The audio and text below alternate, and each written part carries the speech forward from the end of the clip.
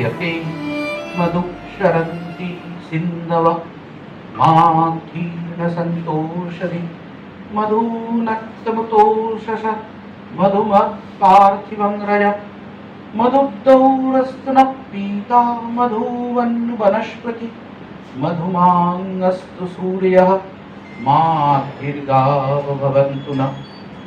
সত্য পথযাত্রী, আমাদের নিকট বায়ু মধুর হোক, নদী মধুর হোক, মধুময় রসক্ষরণ করুক, আর ওষুধি সমূহ হোক মধুময়, রাত্রি এবং দিন শান্তিময় হোক, বিশ্ব চরাচরে বিরাজ করুক শান্তি, পিতৃস্বরূপ দুলোক আমাদের নিকট শান্তিপূর্ণ হোক, বনানী আমাদের মিষ্ট ফল প্রদান করুক, সূর্যকে আনন্দবর্ষী হোক, আর গাভী সকল আমাদের নিকট সুখপ্রদ হোক, মধুময় হোক ত্রিভুবন।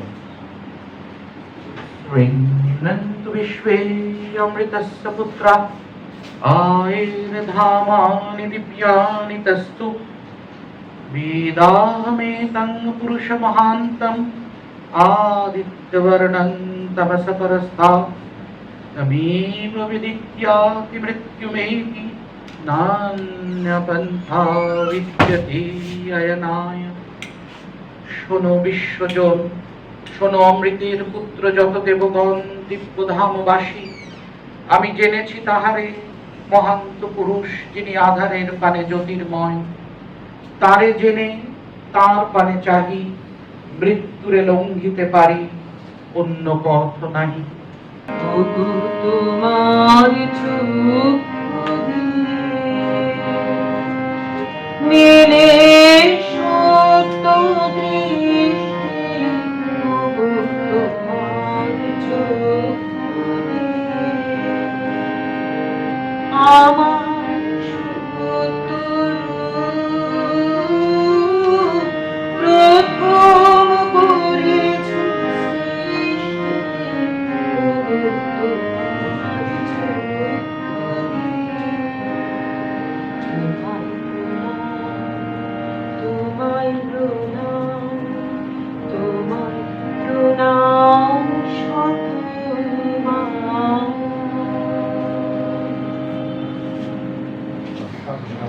উপনিষদের পর এবার শ্রীমদ্ ভাগবত গীতা থেকে।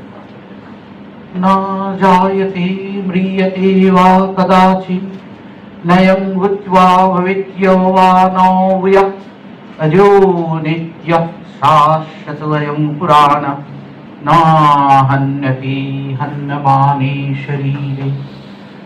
আত্মার কখনো জন্ম হয় না বা মৃত্যু হয় না, অথবা পুনঃ পুনঃ তার উৎপত্তি বা বৃদ্ধি হয় না। তিনি জন্মরহিত, শাশ্বত, নিত্য এবং পুরাতন হলেও চিরনবীন। শরীর নষ্ট হলেও আত্মা কখনো বিনষ্ট হয় না।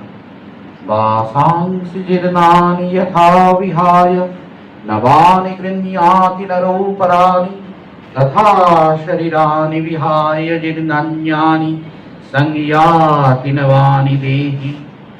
মানুষ যেমন জীর্ণ শীর্ণ পুরাতন বস্ত্র ত্যাগ করে নতুন বস্ত্র গ্রহণ করে, সেইরূপ আত্মা জীর্ণ শরীর ত্যাগ করে নতুন শরীর গ্রহণ করে। নৈনং ছিন্দন্তি শস্ত্রাণি নৈনং দহতি পাবকঃ না চৈনং ক্লেদান্তয়প ন শোষয়তি মারুতঃ। আত্মাকে অস্ত্রের দ্বারা কাটা যায় না, আগুনে পোড়ানো যায় না, জলে ভেজানো যায় না, অথবা হাওয়াতে শুকানো যায় না। আত্মা অবিনশ্বর।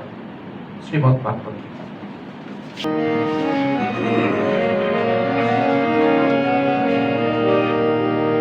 না বাঁচাবে আমায় যদি মারবে তবে কিসের তরে আয়োজন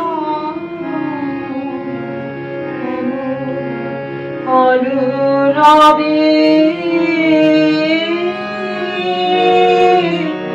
না বাঁচাবে আমার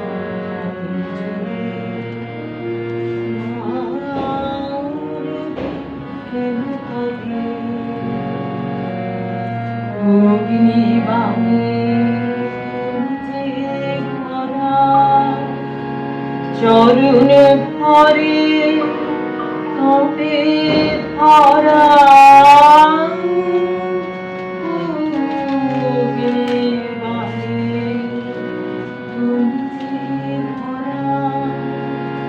চরণ ভরে তবে ভরা জীবন দাতা মিটিয়েছ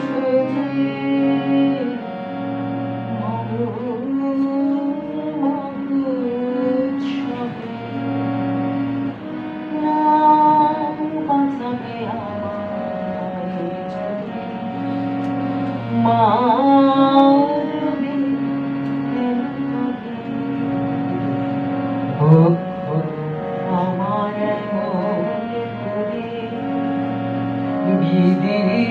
বিদীর্ণ উৎস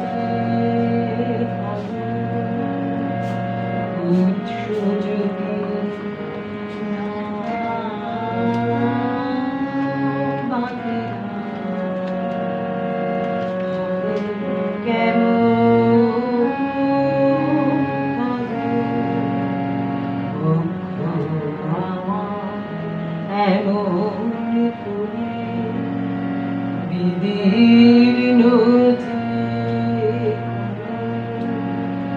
উৎস যদি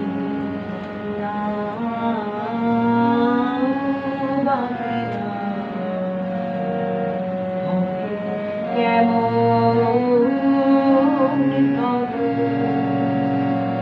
এই যে আমার ব্যথার ভূমি যোগাবে ওই মুকুটমণি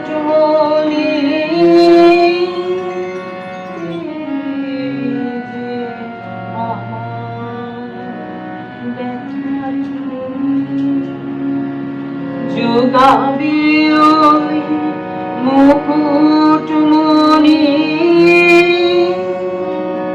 মরণ দুঃখে জাগাবে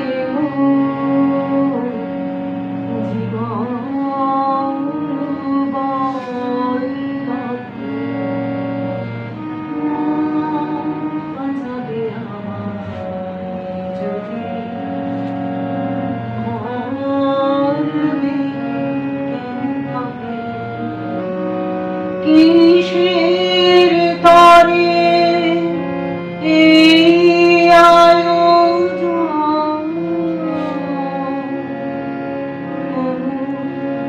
বলো রবে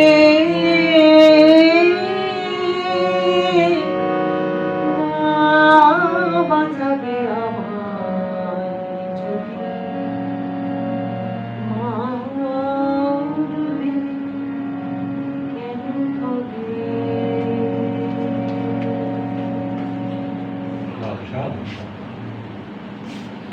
মাননীয় সভাপতি মহোদয়, বাংলা ওয়ার্ল্ড ওয়াইডের মাননীয় সদস্যবৃন্দ এবং সুধীজন এবং শ্রদ্ধেয় ধ্রুবনারায়ণ ঘোষের পরিবারের সদস্যবৃন্দ, আমরা সবাই জানি যে আজ আমরা কেন এখানে উপস্থিত হয়েছি। একজন মানুষের চলে যাওয়া আমাদের আজ এখানে আসার কারণ।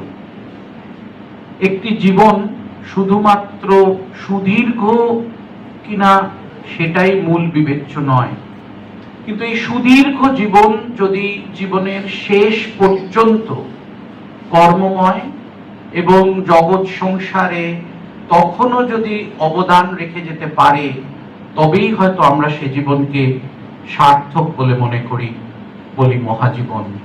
এরকমই এক মহাজীবন শ্রদ্ধেয় ধ্রুবনারায়ণ ঘোষের। শুধু যে কৃতি ছাত্র নয়, কোচবিহারের জেনকিন্স স্কুল থেকে যখন ম্যাট্রিক পরীক্ষা দেন তখন 10-এর মধ্যে স্থান করেছিলেন, একদম ওপরের দিকে।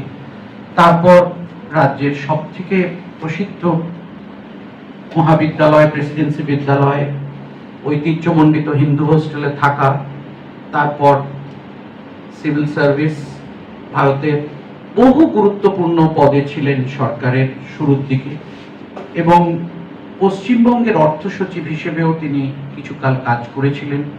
সে সময় তদানীন্তন মুখ্যমন্ত্রী জ্যোতি বসুর সঙ্গে এ রাজ্যের আর্থিক কল্যাণ সে বিষয়ে অনেক কথাবার্তা হয়েছে, যে কথার সঙ্গী ছিলেন হয়তো তখনকার অর্থমন্ত্রী ডক্টর অশোক মিত্র। তারপর ভারত সরকারের বিভিন্ন গুরুত্বপূর্ণ পদে কাজ করার পর একদিকে প্রতিরক্ষা উৎপাদন দপ্তরের সচিব এবং তারপর অর্থ দপ্তরের ব্যাংকিং বিভাগের সচিব এবং অন্যান্য বহু গুরুত্বপূর্ণ দপ্তরে কাজ করার পর স্টেট ব্যাংক, ভারতীয় স্টেট ব্যাংক যেটি সব থেকে বড় ব্যাংক, তার চেয়ারম্যান এবং তারপর সেখান থেকে চলে আসার পর ফিলিপস, লারসেন টুব্রো, পিয়ারলেস প্রভৃতি বহু সংস্থার একজন দক্ষ শিল্প পরিচালক হিসেবে তার খ্যাতি। এটাই শুধু কিন্তু শ্রদ্ধেয় ধ্রুবনারায়ণ ঘোষের পরিচয় নয়। একজন মানুষ জীবনের শেষ দিন পর্যন্ত শিক্ষার্থী থাকতে পারেন। নিজে আরো বই, ক্যালকাটা ক্লাবের লাইব্রেরি দেখলে বোঝা যাবে যে হয়তো উনি সব থেকে বেশি সেই গ্রন্থাগারটি ব্যবহার করতেন, এবং এই যে জানার আগ্রহ শেষ অবধি, এবং শেষের দিকে আমাদের রাজ্যের এবং রাজ্যবাসীর ভবিষ্যৎ নিয়ে তার যে চিন্তা, বিশেষ করে যুব সমাজের কল্যাণের প্রতি তার যে চিন্তা, সারা পৃথিবীব্যাপী ছড়িয়ে থাকা আধুনিক প্রজন্ম বাংলা ভাষা সাহিত্যের স্বাদ কি করে পেতে পারে অন্তর্জালের সূত্রে, সেগুলো। এছাড়াও ওনার একাধিক বই আছে যে বইগুলো অত্যন্ত পরিচিত এবং অত্যন্ত সমাদৃত। আমরা প্রথমে বসেই শ্রদ্ধেয় ধ্রুবনারায়ণ ঘোষের প্রতি আমাদের নীরবতা পালন করব। পশ্চিমবাংলার বাঙালি তার নিজস্ব ভাষার প্রতি মর্যাদা দিতে ব্যর্থ। বাংলা সংস্কৃতির ওপর অবিচার হলে বাঙালিরা লড়াই করতে ভুলে গিয়েছে। রবীন্দ্রনাথের অবমাননা হলেও আজকের বুদ্ধিজীবীরা প্রতিবাদ করতে সাহস পায় না। হাসপাতালে শয্যায় শুয়ে যে মানুষটি গত 21 তারিখ মোবাইল ফোনে এই কথাটি বলেছিলেন, আজ আমরা তার স্মরণ সভায় মিলিত হয়েছি। সদ্য প্রয়াত ধ্রুবনারায়ণ ঘোষ পেশাগত জীবনে ছিলেন পুরোপুরি ভারতীয়, কিন্তু মনে প্রাণে 100% বাঙালি। তিনি ছিলেন আমাদের প্রতিষ্ঠাতা সদস্য, আমাদের সভাপতি বিচারপতি চিত্ততোষ মুখোপাধ্যায়ের বন্ধু এবং সহপাঠী। তিনি মনে করতেন যে বাঙালির নিজস্ব ভাষা সংস্কৃতি নিয়ে গর্ব করার যথেষ্ট কারণ রয়েছে। বাংলা ওয়ার্ল্ড ওয়াইডের প্ল্যাটফর্মে নতুন আঙ্গিকে আমাদের ঐতিহ্য, আমাদের সাহিত্য, আমাদের সংস্কৃতিকে উপস্থাপিত করতে হবে, যাতে নতুন প্রজন্ম আমাদের ইতিহাস, ভাষা, সংস্কৃতি সম্পর্কে জানতে আগ্রহী হয়, যাতে তাদের মধ্যে গর্ববোধ তৈরি হয়। বাংলা ভাষা ও সংস্কৃতির প্রতি গভীর ভালোবাসা আর বন্ধুত্বের টানে উনি আমাদের বাংলা ওয়ার্ল্ড ওয়াইডের প্ল্যাটফর্মের সাথে যুক্ত হয়েছিলেন। যেদিন থেকে উনি যুক্ত হয়েছিলেন, কাগজে কলমে যুক্ত হওয়া না, সেদিন থেকে উনি ভূমিকা রেখেছেন বাংলা ওয়ার্ল্ড ওয়াইডের বিভিন্ন বিষয় নিয়ে। সবসময় গঠনমূলক পরামর্শ দিতেন, কোনো জায়গায় আটকে গেলেই তার সমাধান সূত্র খুঁজে বার করতেন। এবং উনি মনে করতেন যে একটা অর্থনৈতিক একটা স্থিতি না হলে কোনো সংগঠন চলতে পারে না। বিভিন্ন জনের কাছে আমাদের প্ল্যাটফর্মটাকে নিয়ে যাতে আরো ভালোভাবে চলে, তার জন্য উনি কথাবার্তা বলতেন এবং সবসময় খোঁজ রাখতেন যে কোন কাজটা কিভাবে হচ্ছে। আজকে আমরা একটা অদ্ভুত দুর্যোগময় পরিস্থিতির মধ্যে দিয়ে চলছি। সমাজে শিক্ষিত বুদ্ধিজীবীদের বড় অংশ আমাদের সংস্কৃতি, আমাদের ইতিহাস সম্পর্কে গর্ব অনুভব করে না। আমাদের ইতিহাস সম্পর্কে তারা অন্যায়ের প্রতিবাদকে এড়িয়ে যেতে চাইছে। ধ্রুবনারায়ণ ঘোষ মনে করতেন সমাজের একটা দিক যেভাবে চলছে তার মধ্যে কাপুরুষতা আছে, হীনমন্যতা আছে। আমরা নিশ্চয়ই উদারতার পক্ষে, আমরা নিশ্চয়ই বিশালতার পক্ষে, কিন্তু আত্মসম্মান, আত্মমর্যাদা বিসর্জন দিয়ে নয়। আসুন আমরা সবাই মিলে ডিএন ঘোষের এই স্বপ্ন সফল করার সর্বাত্মকভাবে উদ্যোগী হই। এটাই হবে ওই স্থিতিপ্রজ্ঞ মানুষটির প্রতি প্রকৃত শ্রদ্ধা জ্ঞাপন। ধন্যবাদ। শ্রদ্ধা নিবেদনের জন্য অনুরোধ করব পিয়ারলেস হাসপাতালের ম্যানেজিং ডিরেক্টর বিশিষ্ট চিকিৎসক ডক্টর সুজিত পত্র ব্যস্ত মহোদয়কে। একবার আমরা একটা বোর্ডের মধ্যে যখন আলোচনা হচ্ছিল তখন আমি কিছু প্রস্তাব দিয়েছিলাম এবং হয়তো তখন সেই প্রস্তাবটাকে যে বোর্ডের চেয়ারম্যান ছিলেন সেই সময়তে উনি বলেছিলেন যে হ্যাঁ আপনি তো বলছেন এগুলো এত ইমোশনাল হয়ে কাজ করলে হয় না। আশি স্যার বসেছিলেন, উনি বললেন যদি ইমোশন না থাকে তাহলে কোনো কাজ হয় না। এইরকম ভাবে উনি আমাকে মানে বারে বারে সবসময় সমর্থন করে গেছেন, আমাকে এনকারেজ করেছেন। সেই জিনিসগুলো আমি তো যতদিন আমি বেঁচে থাকবো আমি কিছুতেই ভুলতে পারবো না। পরের দিকে যখন ওনার শরীরটা একটু খারাপ হতে শুরু করলো, উনি অত ঘন ঘন আসতে পারতেন না, কিন্তু ওনার মনে হতো যে হাসপাতালে আসি, যেটা ওনার ভেতর থেকে মনে হতো। আমাকে বলতেন যে আপনি কি কোনো মিটিং এ আছেন এই দিন, যদি না থাকেন তাহলে আমি আসবো, আমি এসে কিছুক্ষণ গল্প করে যাবো। এই যে একটা স্নেহ এবং একটা ওনার কাছ থেকে যে তার উষ্ণতা যেটা আমি পেয়েছি, সেই এটাকে আমি সারা জীবন আমাকে অনুপ্রাণিত এবং উদ্বুদ্ধ করে রাখবে, সে সম্বন্ধে কোনো সন্দেহ নেই। ওনার যে বইটা যেটা আছে, বইটার মধ্যে উনি লিখেছিলেন মনোনিবেদ বইতে, তখন ওই অল্প বয়সে ওনার যে ইয়াং লাইফে ওর বাড়ির মধ্যে একটা বৈষ্ণব খাওয়া অনুপ্রাণিত একটা পরিবেশ ছিল। তারপরে যখন উনি প্রেসিডেন্সি কলেজে যান পড়তে, ওনার বই থেকে আমি বলছি, তখন উনি খুব বাম ফিলোসফিতে অনুপ্রাণিত হন, কিন্তু ওনার জীবনের শেষ প্রান্তে এসে তিনি আমাকে প্রায়ই বলতেন যে আপনি যদি সংস্কৃত খুব ভালো জানতেন, বাংলা তো ইংরেজি তো বাদ দিয়ে সংস্কৃতে তিনি উপনিষদটা পড়তেন এবং আমাকে বলতেন এসে যে দেখুন এই যে প্রত্যেকটা শ্লোক এত সুন্দর, এত অর্থ শ্লোক, সেগুলো আমার সঙ্গে এসে আমাকে বোঝাতেন, বলতেন। তখন ভাবতাম যে একটা লোকের জ্ঞানের পরিধি যে কোন জায়গাতে বিস্তৃত হয়ে আছে সেটা আমাদের পক্ষে তখন বোঝাই সম্ভব ছিল। এবং যখন উনি শেষবারের জন্য যখন হাসপাতালে ভর্তি হওয়ার আগে, ঠিক আগে উনি অসুস্থ বোধ করেন, এটা সর্দি কাশির মতো হচ্ছিল। আমরা দেখে আমাদের মনে হলো যে শরীরটা অতটা ভালো নেই, এটা এক্সরে করে একটা ছোট্ট একটা ইনফেকশনের মতো ছিল। তখন আমরা ভেবেছিলাম যে শুধু বাড়ির দিকে অ্যান্টিবায়োটিক খেলেই হয়তো ঠিক হয়ে যাবে, কিন্তু ওনার যে প্রেজেন্স অফ মাইন্ড এবং বুদ্ধিমত্তাটা এত সূক্ষ্ম ছিল। একদিন পরেই আমাকে ফোন করে বললেন যে দেখুন আমি ঠিক ভালো বোধ করছি, আমার পালস রেটটা খুব বেড়ে গেছে, আমার শরীরে একটা এরকম ঘাম হচ্ছে, আমি বলছি আপনি চলে আসেন, এসে ভর্তি করে দেওয়া হলো। ততক্ষণে ইনফেকশনটা আর একটুখানি স্প্রেড করে গেল। তারপরে থেকে তো সবসময় একটা লড়াই চলেছে, বিভিন্ন ডাক্তাররা অ্যান্টিবায়োটিক, বিভিন্ন ধরনের অ্যান্টিবায়োটিক দিয়েছে এবং মাঝে মাঝে গ্লিমার্স অফ হোপ ছিল না যে তা না, একটুখানি আশার মতো পরিস্থিতিও তৈরি হয়েছিল, কিন্তু শেষ পর্যন্ত আর আমরা রাখতে পারিনি ওনাকে। তো ওনার সেই শেষ সময়টাকেও মানে একদম কনসাসনেসটা পুরো চলে যাওয়ার আগে পর্যন্ত he was very much aware of it. উনি ভাবছিলেন যদি উনি সুস্থ হয়ে উঠতে পারেন, এই যে জীবনের প্রতি একটা জিদ ছিল, এটাও ছিল একটা অদ্ভুত ব্যাপার। তো আমার বহুদিন বহু ঘন্টা ওনার সঙ্গে কেটে ওনার সান্নিধ্য পেয়েছি এবং এই সান্নিধ্যটা আমার কাছে একটা পরম সম্পদ হয়ে থাকবে। তো আমি আশা করব উনি যেখানেই থাকুন না কোনো, ওনার আশীর্বাদ আমাদের উপর থাকবে।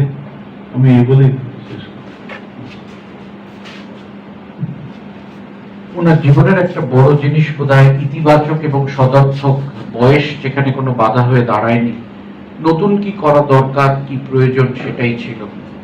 এবং শেষ বয়সে এতটাই সংস্কৃত উনি পছন্দ করতেন এবং অধ্যয়ন করতেন সেজন্যই আজকে হয়তো উপনিষদ এবং গীতার থেকে এতটা পথ বেছে নেওয়া হয়েছে, তার ভালো লাগবে এটা ভেবেই।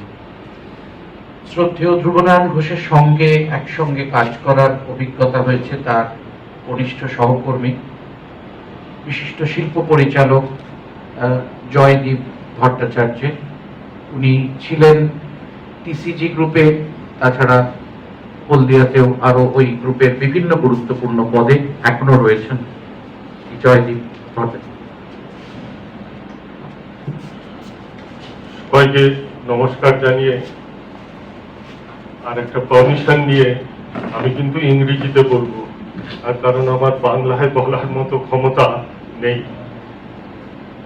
So I was blessed to have worked for 10 years with Mr. D.N. Ghosh very closely when he was establishing India's second credit rating agency, ICRA, from 1994 up to 2004. In two stretches, I had the opportunity to work for 10 years with him. There were some remarkable aspects regarding him which used to kind of enthuse us endlessly. I'll just share a few anecdotes which probably not too many people would know. The gentleman who shared this particular anecdote with me, late Mr. P.K. Chaudhary, who was the managing director and the founding CEO, along with Mr. Ghosh, who was the chairman of ICRA, had shared one particular episode which characterizes what Mr. Ghosh was.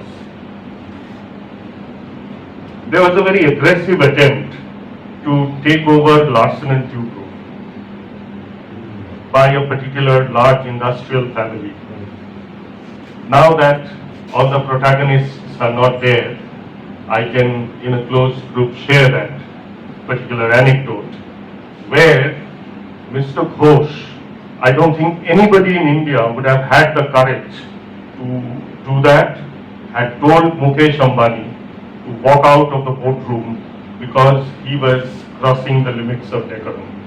I wonder how many people could ever do that. And at a private party where for some reason Mr. Chaudhary was present,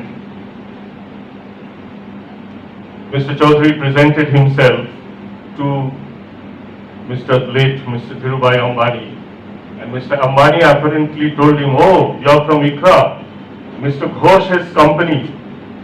You know, I'll tell you something. Every bureaucrat, if you ask me, every politician in India has a price, except one, and that is Mr. D.N. Ghosh."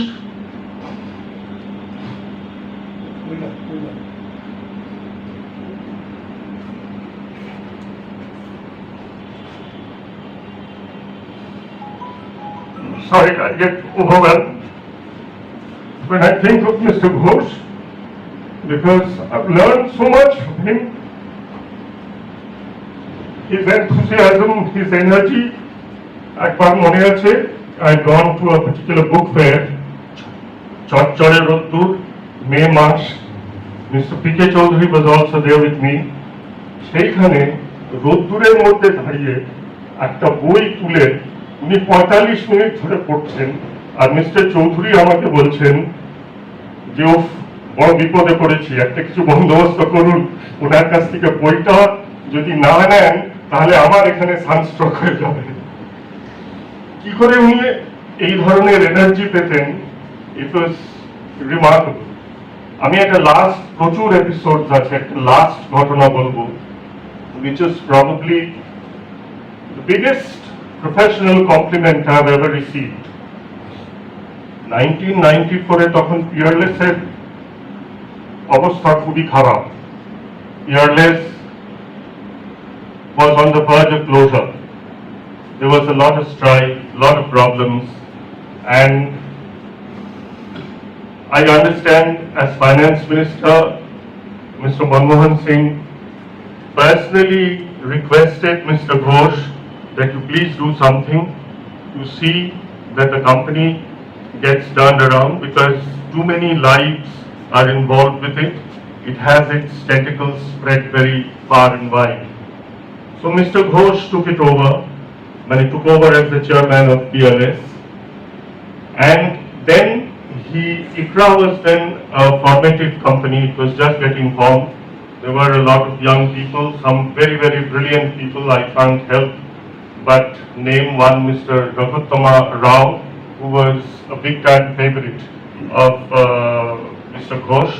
So he called Rao and he told him that you have to spend as much time as is required in Calcutta to see that you understand PLS thoroughly and figure out how the company can be turned around. So in that team, I was also a part, and I was given the responsibility to check and see that whether Peerless Hotel can be turned around. So I told Mr. Ghosh, sir, আমি তো hotel সম্পর্কে কিচ্ছু জানি না। তো উনি বললেন আমাকে যে আমি যখন স্টেট ব্যাংকের চেয়ারম্যান হয়েছিলাম তখন কি ব্যাংকিং সম্পর্কে আমি অত কিছু জানতাম?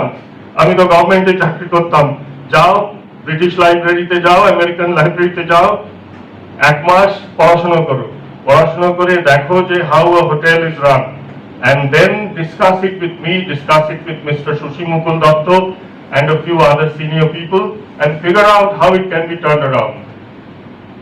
So we worked very hard. There was a team of 3 of us. We worked 24/7. There was a huge amount of resistance from within PLS Hotel to implement anything, but ultimately when we submitted the report, thankfully it was accepted by the board, and probably PLS Hotel turned around because once the assignment was over, we were not a part of it. Many years later, during a meeting of Bangla Worldwide in Peerless Inn, Mr. Ghosh was present. So he saw me sitting behind and he told somebody, Joydeep ke take padhao. So I went and sat next to him. So he held my hand and said, Joydeep, I must congratulate you. আজ এই হোটেলে বসে যে আমরা celebrate করছি, you had a big role to play in this. And professionally, that was a great compliment I ever received. That's all. যতদিন বেঁচে থাকবো, Alzheimer's হবে না, ততদিন I could remember this gentleman. Last একটা কথা বলবো, ওনার সঙ্গে আমাদের ফ্যামিলির একটা অদ্ভুত ধরনের কানেকশন ছিল। সেটা হচ্ছে যে আমার ঠাকুমার বাবা ছিলেন কুচবিহারের লাস্ট দিওয়ান, আর উনি কুচবিহারে খুব নাম করা স্কুলে স্ট্যান্ড করেছিলেন, and he was very well known. ওনার বাবা বোধহয় ওখানে স্কুল মাস্টার ছিলেন ম্যাথসে। তো উনি আমার ওই রিলেশনশিপ শুনে he was very happy and he was so thrilled that I was embarrassed. মাস চারেক আগে উনি হঠাৎ একবার আমাকে ফোন করে বললেন যে জয়দীপ, বাংলায় টাইপিং আমি অতটা ভালো করে করতে পারছি না, তুমি কি কাউকে চেনো? আমি একটা বই লিখবো বাংলায়, তো আমি অনেক কিছু লিখেছি হাতে, কিন্তু টাইপ করার জন্য যদি কাউকে জানো তাহলে আমার কাছে পাঠাও। So I knew one boy, so he went, and I can't tell you how upset he was when he got to know that Mr. Ghosh is no more. So that's about it. One of the greatest managers which India has seen. Tai shudhu na, he was an extraordinarily honest person who was absolutely fearless. So a great man, great son of Bengal, will always be remembered. Thank you very much. একটা জীবন বোধহয় তখনই সার্থক হয় যখন সে অন্য জীবনকে স্পর্শ করতে পারে, এবং এতদিন পর এই যে শ্রদ্ধা, এই যে ভালো লাগা, এই যে ব্যক্তিগত অনুভূতি, এটাই হয়তো প্রকাশ পায় যে তার মহত্ব এবং তার দক্ষতা। এরপর আমি অনুরোধ করব বিশিষ্ট চিকিৎসক ডক্টর দুলাল বসুকে তার বক্তব্য রাখার জন্য।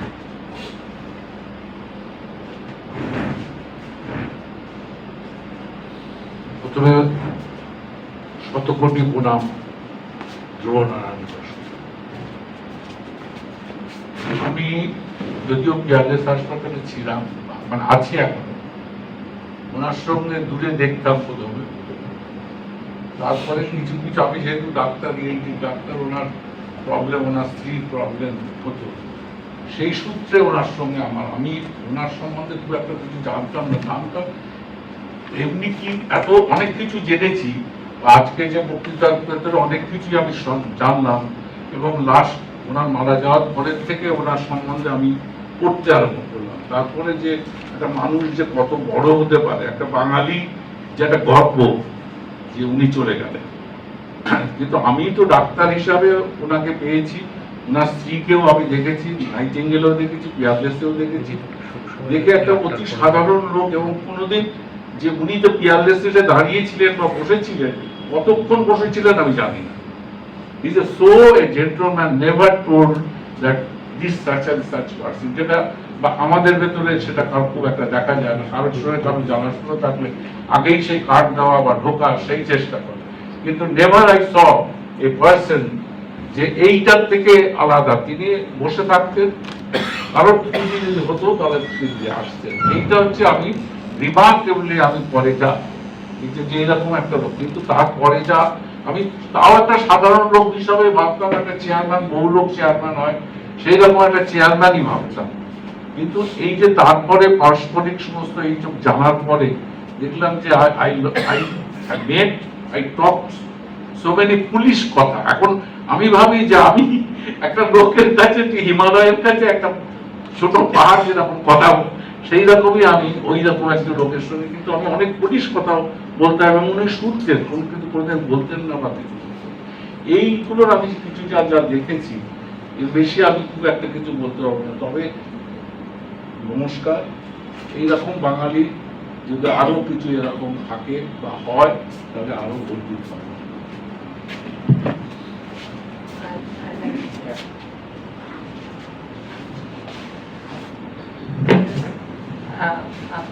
When you were talking about his place in ICRA, so when this Larsen Tubro thing happened and the Ambani episode happened, I remember I was a student in Delhi, and I think a lot of politicians, I don't remember the names, but I remember some people calling up my father and threatening him that, I would get kidnapped or something like that. So I got very scared. And I asked him, I said, what are we supposed to do? So he says, don't worry, what is truth will always prevail, so don't worry. And the other thing, when you said, about my father's humility, we moved to Mumbai from Delhi, and Amra took on state banking in Amma, and I've always grown up in the government colonies, right? So suddenly state banking, suddenly such a large bungalow in Malabar Hill, and you feel that.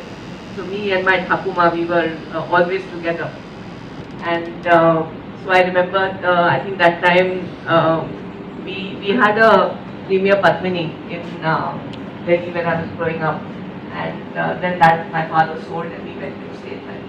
And in State Bank, such a the chairman's bungalow was huge, and to the first time in my life, before that, I think when he became Defence Production Secretary, he had a driver.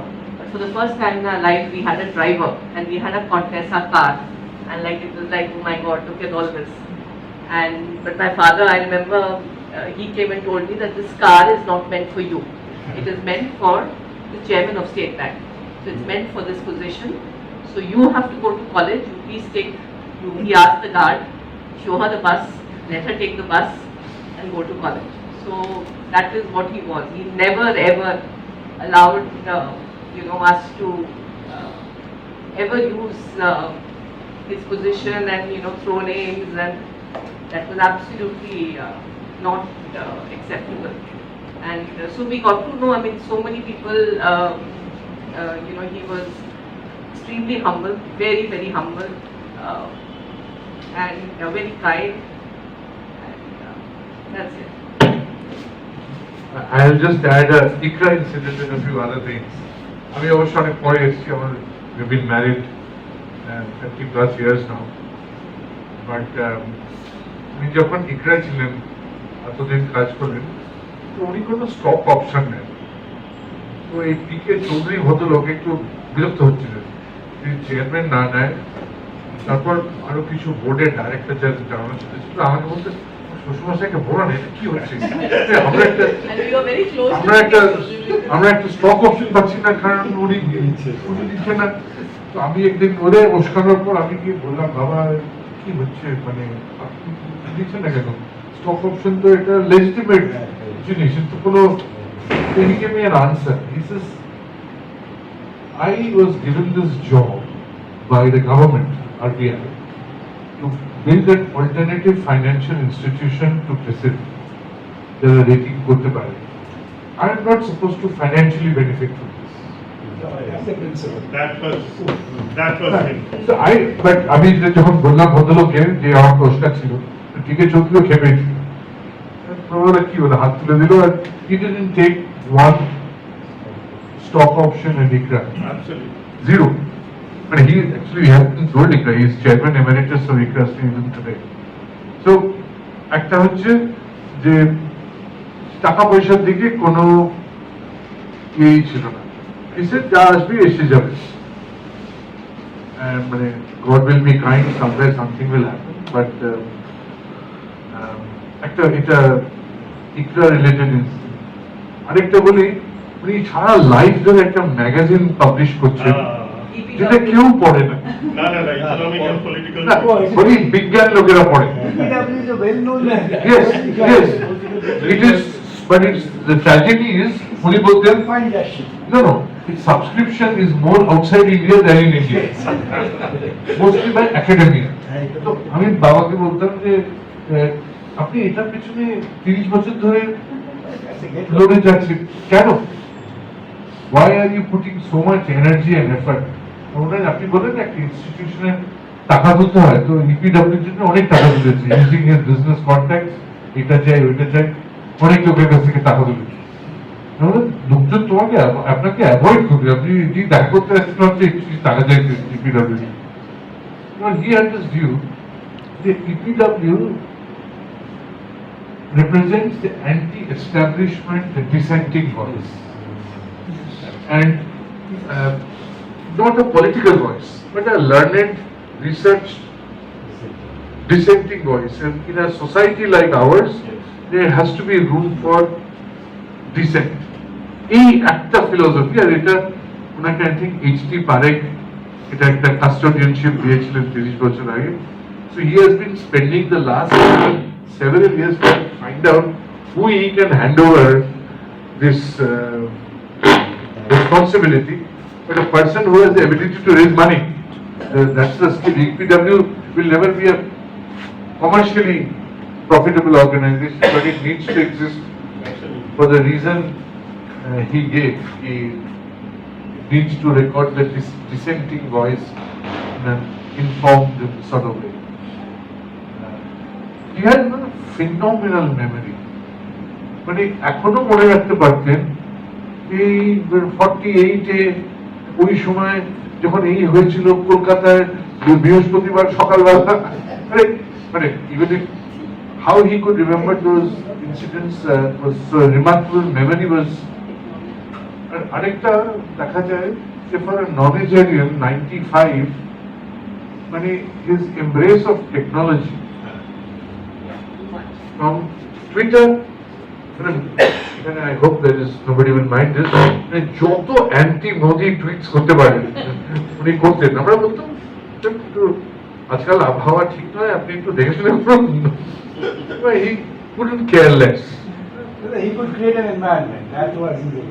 So whether it is Twitter, whether it is Facebook or Instagram, or using his latest iPhone or iPad or MacBook, he was, and last একটা কথা বলবো, around when he was in his late 80s, হঠাৎ ওনার মনে হলো যে he has ignored the Bengali language all his life. যে আমি ইংরেজিতেই সবকিছু করেছি, মানে বাংলাটাকে তো বাংলা মিডিয়ামে পড়েছিলাম, কিন্তু প্রফেশনাল ক্যারিয়ারে বাংলা ইউজ করার চান্স হয়নি। তো উনি হঠাৎ প্রচুর বই কিনতেন, বাংলা বই, লাস্ট 6 বছর বাড়ি ভর্তি বই। তারপরে আমাকে একদিন বলে, আমি কি ভুল করেছি, এই জিনিসটা যদি আগে আরম্ভ করতাম, আমাদের যে কি রিচ ল্যাঙ্গুয়েজ আর যা আছে, I wasted so many years not reading and talking about books. His favorite city in the world is London. And there is only one reason for it. He is not going to restaurants or nightlife or theatre. Bookshop. Foils বলে একটা bookshop আছে টটনাম রোডে। ওনার ইয়ে ছিল যে সকালবেলা ওনাকে 10টার সময় আমরা নামিয়ে দিতাম ফয়েলস। One section. উনি ওইখানে সারাদিন বসে থাকেন, বিকেল 5টার সময় আমরা এসে তাকে তুলে নিই। 7 ঘন্টা ফয়েলস থাকে, রোজ 4টে বই কিনবে, তারপরে পড়বে অনেকগুলো বই। আর ফয়েলসের লোকেরা এটা খুব অ্যাকসেপ্ট করে যে একজন এলডারলি জেন্টলম্যান তিনি একটা স্যান্ডউইচও কিনে মাঝখানে খেতেন। তারপরে আমরা একটা সুটকেস কিনতাম, because he has bought 7 days, he has bought 30 books, so we have to buy a suitcase and pay excess baggage and come. So, thank you very much. ধন্যবাদ। কথাগুলো ব্যক্তিগত হলেও ব্যক্তিগত নয়, একটা জীবনকে বুঝতে হয়তো সাহায্য করে। আর বোধহয় এই জীবন থেকে যদি আমরা কিছু গ্রহণ করতে পারি, তবেই বোধহয় সার্থকভাবে ধ্রুব নারায়ণ ঘোষকে আমরা শ্রদ্ধা জানাতে পারবো। এখানে ব্যাংকের প্রাক্তন অ্যাসিস্ট্যান্ট জেনারেল ম্যানেজার শিশির বিন্দু নাথ, আমি তাকে একটু অনুরোধ করবো বলেন। শুভ সন্ধ্যা, নমস্কার। প্রথমেই সবিনয়ে বলি, এই যে শিক্ষানুষ্ঠান আয়োজন করা আছে, আমি ব্যক্তিগতভাবে তার উপযুক্ত নেই। এখানে সমাজের গুণীজনরা রয়েছেন, স্টেট ব্যাংকও আমাকে পাঠায়নি, আমাকে কেউ অ্যাসোসিয়েশন পাঠায়নি, আমাকে ব্যক্তিগতভাবে অনুরোধ করেছে, ওকেও চিন্তা করে এক বন্ধুর মাধ্যমে বলেছে। আমি নিতান্তই আমার তরফ থেকে এসেছি, কিন্তু আমার পেছনে স্টেট ব্যাংকের নামটা যেহেতু বলা হয়ে গেছে, আমি স্টেট ব্যাংকে চাকরি করি। স্টেট ব্যাংকে চাকরি করার সুবাদে ওনাকে একবার আমি দেখেছি, জীবন দিতে এসেছিলেন এবং খুব সফট স্পোকেন ছিলেন এবং পদের মর্যাদায় যদি বলি বা বয়সের মর্যাদা, উনি অনেক দূরে অনেক উপরের মানুষ ছিলেন।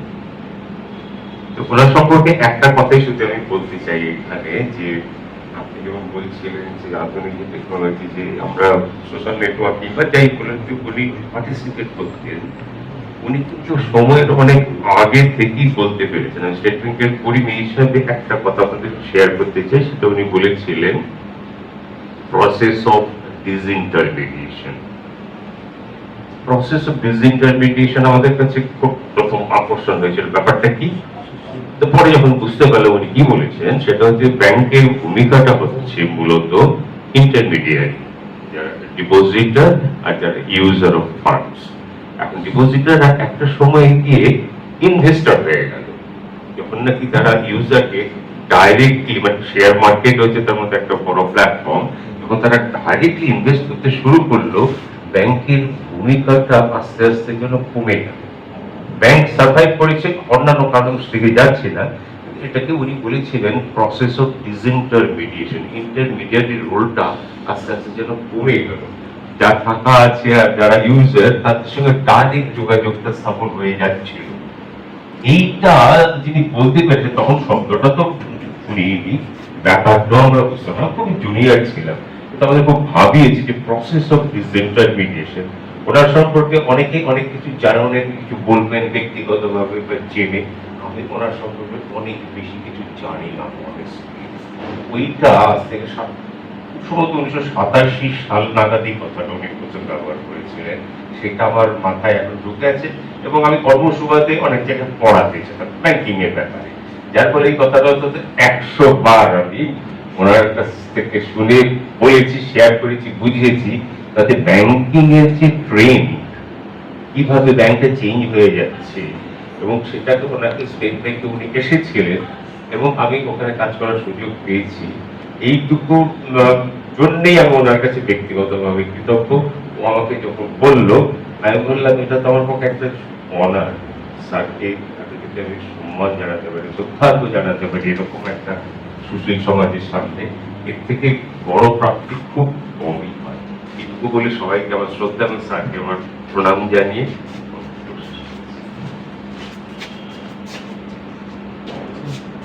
অনেকটা জানা তার হয়তো অনেক কিছু থাকতে পারে, কিন্তু একদিনের একটা সাক্ষাৎকারে মনে দাগ কেটে যাওয়া এবং সেটা ব্যবহার করা বা এতদিন পরে মনে করা, সেটাও বোধহয় একজন মানুষের জীবনের, তার মানে কত জায়গায় এরকম কত কথা কত মানুষকে অনুপ্রাণিত করেছে, ভাবিয়েছে, সেটাও একটা দেখার বিষয়, জানার বিষয়। আপনাদের যদি আর কারোর বলার থাকে দয়া করে একটু ইচ্ছে প্রকাশ করবেন,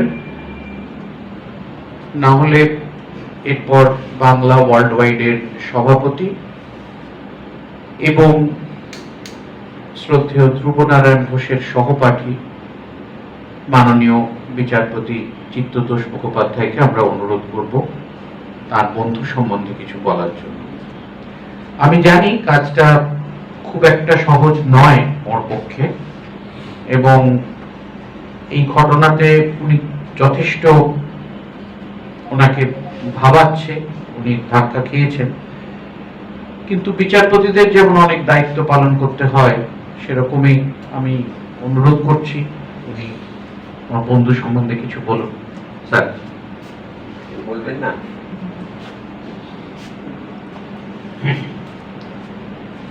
বাংলা ওয়ার্ল্ড ওয়াইডের স্বপ্নরা আর ধ্রুব যারা গ্রহগ্রাহী, যারা জেনেছেন, তারা অনেক কিছু করেছেন।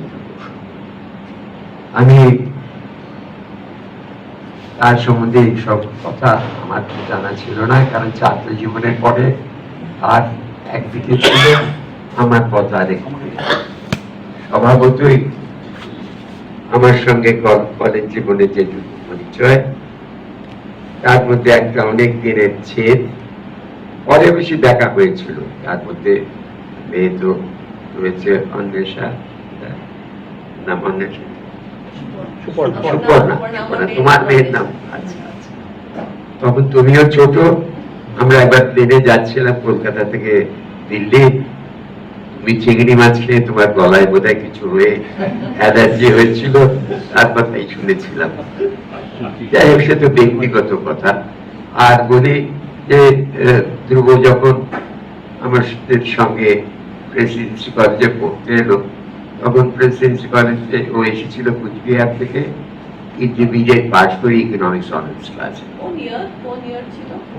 এটা 1946-47।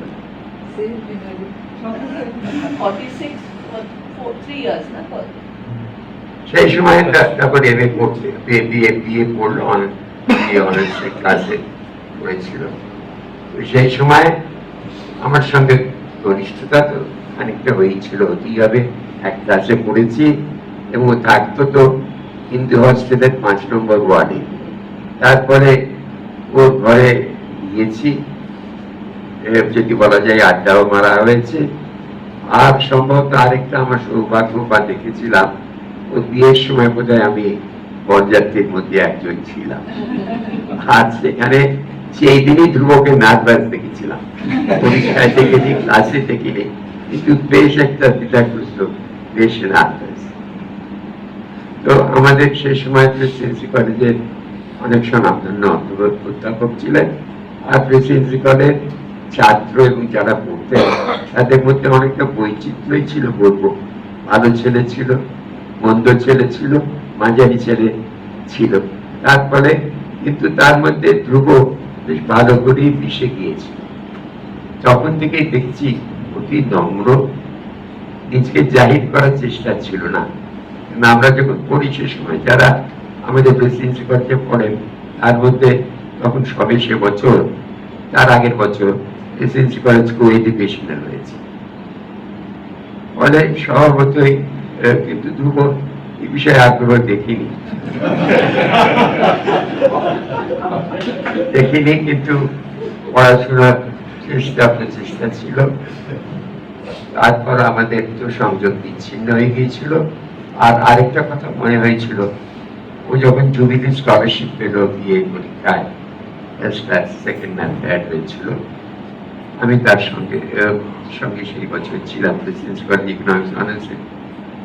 স্কলারশিপ দিতে আমরা যখন গেলাম প্রেসিডেন্সি কলেজের পার্সারের কাছে, আমরা তখন এমএ পড়ি, এমএ পড়ছে, তো স্কলারশিপ যখন দেবেন পার্সারের সঙ্গে দেখা করতে, আমি তো আমার খানিকটা অন্যায় দৃষ্টতাই হয়েছিল।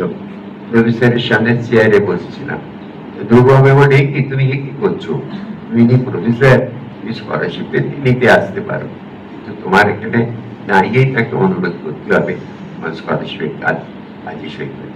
সেই যে বিনয়, সেই যে মানুষের মধ্যে নিজেকে নিজের মতন থাকা, এটা কিন্তু এই পরিচয় সবসময় দেখেছি।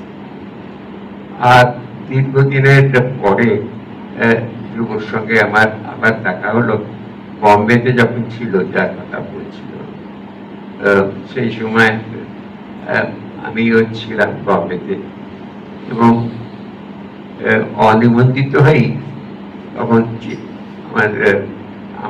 আমার কোয়ার্টারের বাড়ির কাছেই ছিল ধ্রুবর বাড়ি, আমি গিয়েছিলাম, তারপরে দেখা হয়েছিল, এসেছি, তুমি এসেছিলে, আমার মেয়ে এসে কথা বলছিল, তোমার কথা বলছিল। এই সময় থেকে আবার আমাদের বন্ধুত্ব বোধহয় ইংরেজি কথা বলতে গেলে যে রিনিউ হয়েছিল, দেখা হলো, তারপরে মাঝে মাঝে দেখা হয়েছে। এবং আমি ওর যখন একটি বই লিখলো তার কর্মজীবনের বিষয়, তখন পিয়ারলেস মিডিয়াতে সে বইটির উন্মোচিত করা হলো বা রিলিজ করা হলো। আমার ধ্রুব এইটা আমাকে মনে রেখে আমার কিছু নয়, সেই পুরো নিজের কথা বলে একটি সভা হয়েছিল, আমি বইটিও প্রকাশ করেছিলাম। তারপরে ধ্রুবকে আমাদের বাংলা ওয়ার্ল্ড ওয়াইডের সঙ্গে যুক্ত হওয়ার জন্য অনুরোধ করেছিল না, সৌম্য আমায় বলেছিল, এবং সেও স্বতঃপ্রবৃত্ত হয়ে এসেছিল।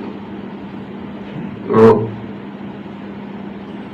ধ্রুবর ফ্ল্যাটেও আমি গেছি, আর সে সময় দেখলাম আমাদের জন্য মিসেস ঘোষ প্রভূত খাদ্যের আয়োজন করেছেন। আমার তো খাদ্য বিষয়ে দুর্বলতা আছে, ভালোবাসি, ডাক্তারবাবুর সামনে আছেন, রাত্রেও বলবো খাদ্যের বিচার না করে গেলাম, দেখলাম ধ্রুব নিরামিষ খেলো। আর ধ্রুব তো আমি বললে যে চলো দেখি, আমাকে নিয়ে ওর মেয়ের ফ্ল্যাটে গেল, সুকন্যার ফ্ল্যাটে নিয়ে গেল দেখাতে। তুমি সময় কাটে কিসে? না, আমি তো এখন সংস্কৃত পড়ছি। তো সেই জন্যে যেটা আমি লক্ষ্য করেছি, ধ্রুব জীবনে অনেক গুরুত্ব সাফল্য এসেছে, জীবনে অনেক গুরুত্বপূর্ণ পদ গ্রহণ করেছিল এবং দক্ষতার সঙ্গে কাজ করেছে, কিন্তু সব সময় অত্যন্ত বিনয়ী, নম্র, যেটা কলেজের প্রথম দিনে দেখেছিলাম, সেই জীবনের সেই চারিত্রিক গুণটা সারা জীবন ওর মধ্যে দেখেছি।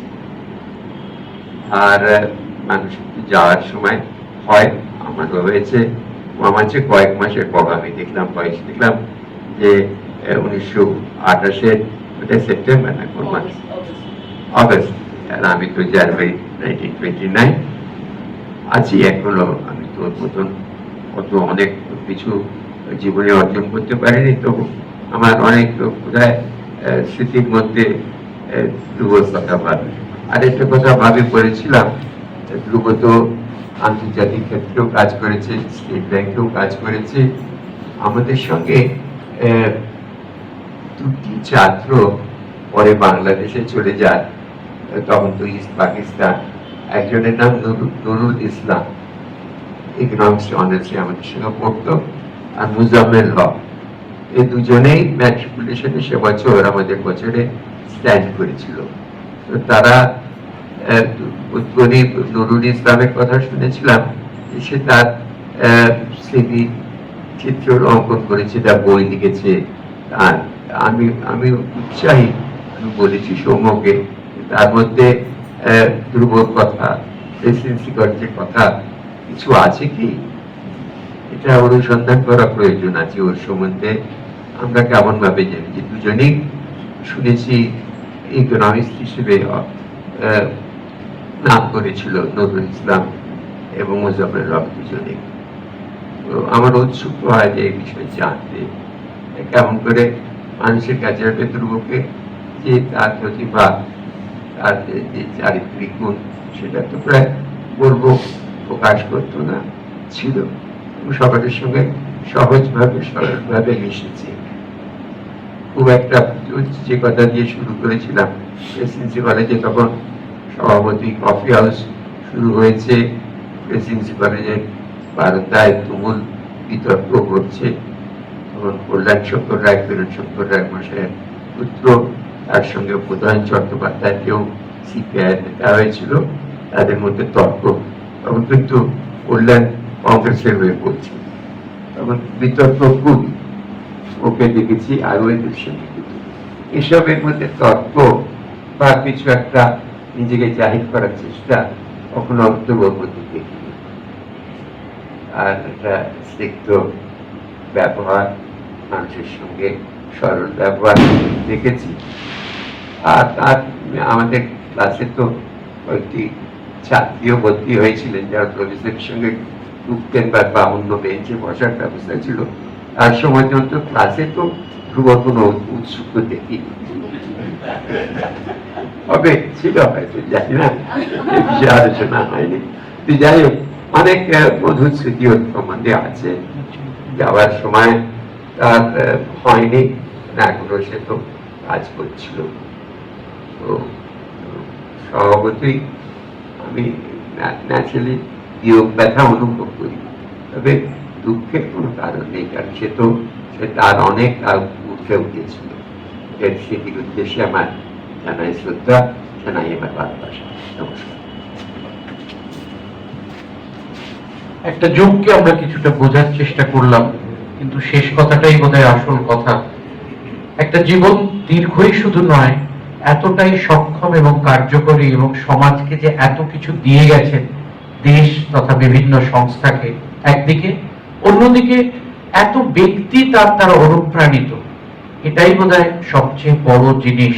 আজকে যে কথা উনি বললেন যে we must celebrate the life of late D.N. Ghosh. Yes, it is a condolence meeting, but we are thankful to the Almighty for the gift of his life, not only the long life, the life with so much of achievement, which has made a mark towards various institutions as well as individuals. সবশেষে সমাপ্তি সঙ্গীত পরিবেশনের জন্য বিশিষ্ট শিল্পী স্বপন সোমকে অনুরোধ করছি, এবং আপনাদের জানাই অবগতির জন্য যে উদ্বোধনী সঙ্গীতে ছিলেন আর এক বিশিষ্ট সঙ্গীত শিল্পী দেবারতী সোম।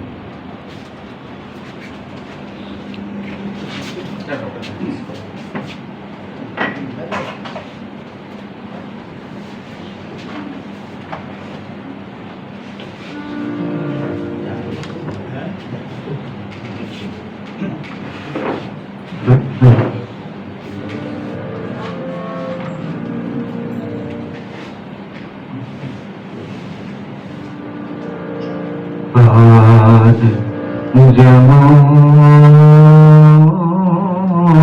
করে গাইছে আকাশ, এমনি করে গাও গো।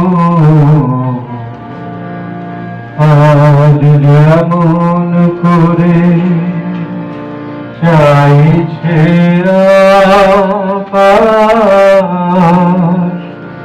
তেমনি করে চাও গো।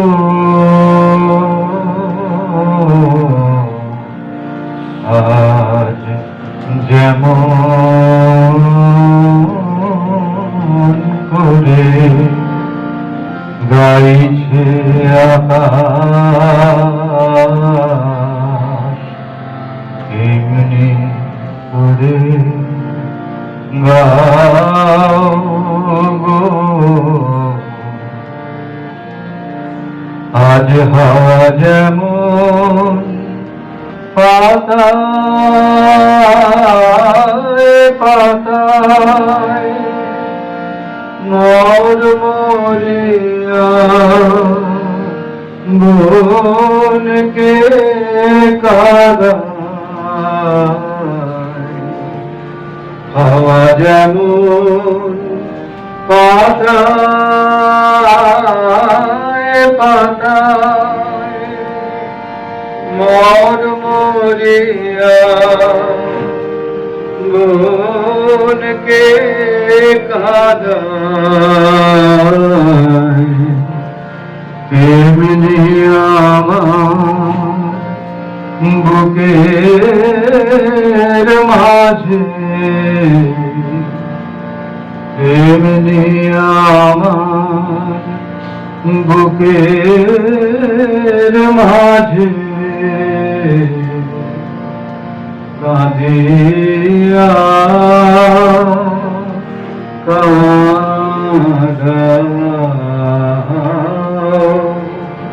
গো আজ যেমন করে গাইছে আকাশ তেমনি করে গাও গো আজ যেমন করে